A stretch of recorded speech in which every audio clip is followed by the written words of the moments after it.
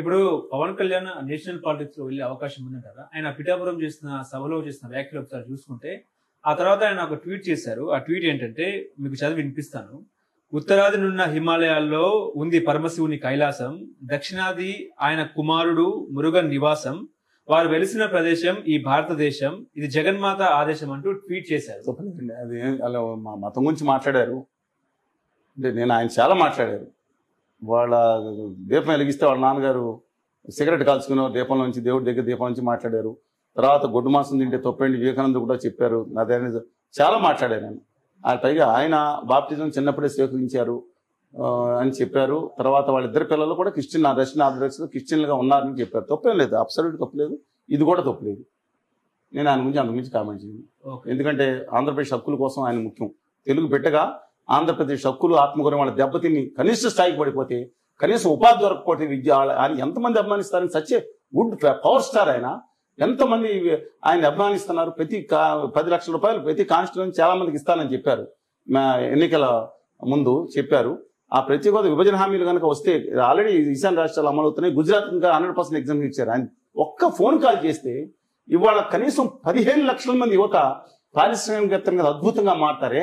వాడు ఒక్కొక్కడో దమ్మున్నాడు. వాళ్ళ యువత కానీ యువతీ యువకులు కానీ ఒక్కొక్కరు 10 మందికి ఉద్యోగులు 1.5 మందికి వాళ్ళ ఊళ్ళలో కూర్చుని చేసి ఉపాధి జరుగుతుంది. అద్భుతంగా సగర్వంగా జీవిస్తారే వలసవాదులు ముద్దలు లేకుండా. ఆ ఊళ్ళు కూడా స్వయం సపోర్షలాగా మాట్లాడే దాని మీద మాట్లాడాలి. ఆధ్యాత్మికంగా మాట్లాడిన దాన్ని మనం అభినందిద్దాం. కానీ ఒక దాంట్లో ఆయన ఉపసంహరించుకోవాలి. ఇండియా ఏది ఇప్పుడు వరకు మేము తిరుపతి వెళ్ళిపోతాం, మేము ఉత్తరాదికి అయోధ్యకి అని మాట్లాడే మాట మాత్రం తిరుపతి వెంకటేశ్వర స్వామిని వాళ్ళ ప్రాశస్త్యాన్ని తగ్గించే విధంగా ఉంది. గవర్నీయులు ఎందుకనో ఆ రోజు టైంలో మాట్లాడారు. అది తప్ప ఆయన ఆధ్యాత్మిక కోరుకున్నారు, ఇబ్బంది లేదండి. ఇది కోరుకున్నారు, అటు కోరుకున్నారు. ఇప్పుడు చేగువేరా అన్నారు. చేగువేరా ఇప్పుడు డాక్టర్గా ప్రాక్టీస్ ఎప్పుడో తెలియదు కానీ ఎక్కడో ఇంజక్షన్ ఆయన అసలు ఎవరు గుర్తించరు గట్టిగా. ఆయన ఉద్యమకారుడుగానే గుర్తిస్తారు. ఈ డాక్టర్గా గుర్తించారంట. నాకు ఐడోంట్ నో ఇప్పుడు దట్.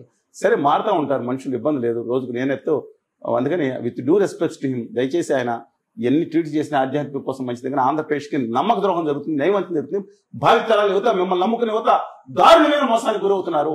ఇక్కడ స్టీల్ ప్లాంట్ మన ప్రాణాలు అర్పించిన స్టీల్ ప్లాంట్ పక్కన పెట్టేస్తే ఆ మారవాణి గారి కంపెనీ కోసం భయం చేసే విధంగా కొంతమంది ప్రయత్నిస్తున్నారు. రాయలసీమ ఉత్తరాంధ్రకు ₹1 ఇవ్వలేదండి. దయచేసి చెప్తున్నాను. ఆ ప్యాకేజీ పాత్ర కూడా 50 కోట్లు కరెక్ట్ కాదు. 24,000 ప్లస్ 45,000 కోట్లు కలిస్తే ఆ ప్రాంతాల నుంచి కాలేదు. ఇవాళ రాజధాని కోసం తిప్పలు పడుతుంది మీ గవర్నమెంట్. వాళ్ళ చంద్రబాబు నాయుడు గారు మీరు మీ కందులు దుర్గేష్ గారు తిప్పలు పడుతున్నారు. ₹1 సాయం కాకుండా మీ అప్పులు మీరు తెచ్చుకోండి సాగుతున్నారు. పోలవరం ప్రాజెక్ట్ డెడ్ స్టోరేజ్ చేశారు. దేశ చరిత్రలో ప్రపంచ చరిత్రలో మల్టీపర్పస్ ప్రాజెక్ట్ డెడ్ స్టోరేజ్ గా చేసినట్టు కేంద్రంలో పెట్టిన నిధుల విషయంలో ఉంది. దాని మీద మాట్లాడండి, దీని మీద దాన్ని అంత మించి నేను ఆయన గురించి మాట్లాడు. పిఠాపురంలో నాగబాబు కూడా వర్మ మీద కొన్ని కామెంట్ కూడా చేశారు కదా. ఉద్దేశం రాజకీయాలు ఆయన చేశారు. I don't want comment on that.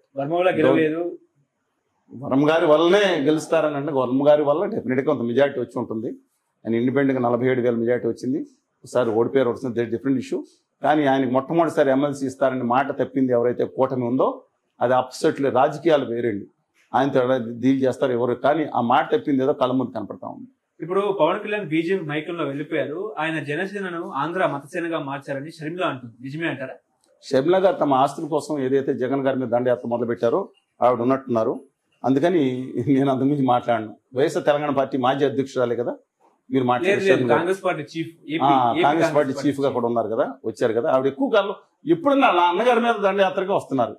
అప్పుడప్పుడు ఇలాగా చంద్రబాబు నాయుడు గారిని మిగతా వాళ్ళని అలా అంటారు. బీజేపీ అంటే మరి ఆ ఎన్నికలప్పుడు ఎందుకనో బీజేపీని తోమలపాతో కొట్టినట్టు మిగతా వాళ్ళనేమో తలుపు చెక్కతో కొట్టినట్టు కొట్టారు. ఆవిడ గురించి నేను మాట్లాడను.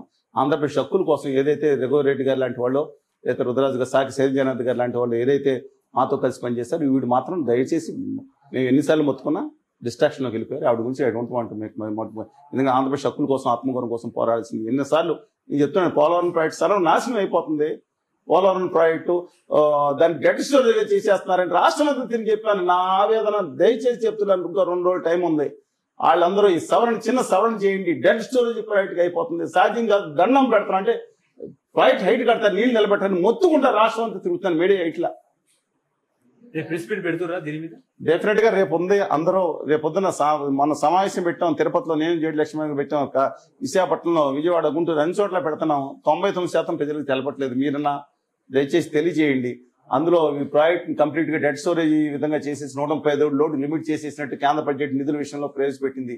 అందులో in the district of Andhra Pradesh దిక్కుమాల పద్యాలు అది ఒక బడ్జెట్ 36 తర్వాత 38 ప్రాజెక్ట్ పెట్టారు. మీకు ఇస్తాను.